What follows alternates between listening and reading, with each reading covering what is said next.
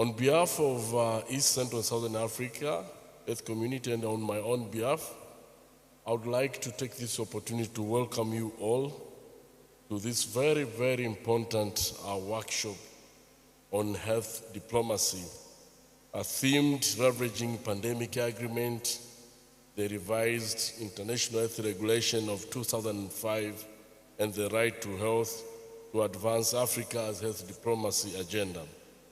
Ladies and gentlemen, this workshop marks yet another milestone in ECSA Health Community's journey to strengthen regional cooperation, leadership, and our collective voice in global health affairs.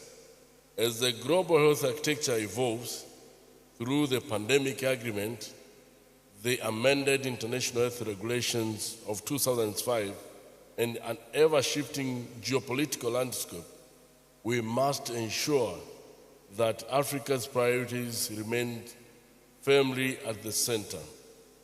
This must be a space where our concern shape our regional and global discussions, where our innovations influence global decisions, and where South-South cooperation becomes a powerful engine and tool in advancing our shared aspirations.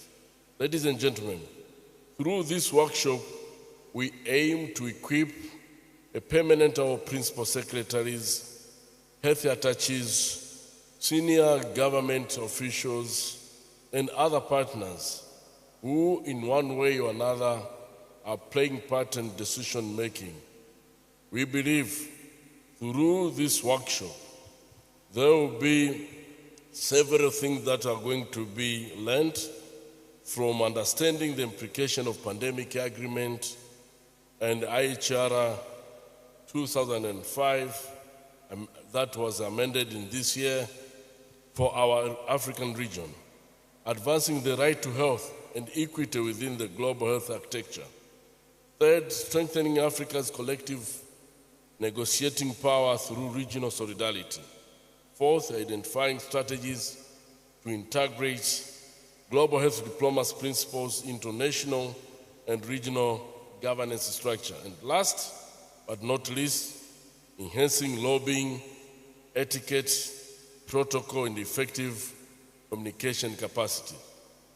Guests of honor, this workshop is not only a platform for learning, it is a strategic space for action, a space where policy commitment evolve into concrete collaboration and where ideas are transformed into shared regional strategies.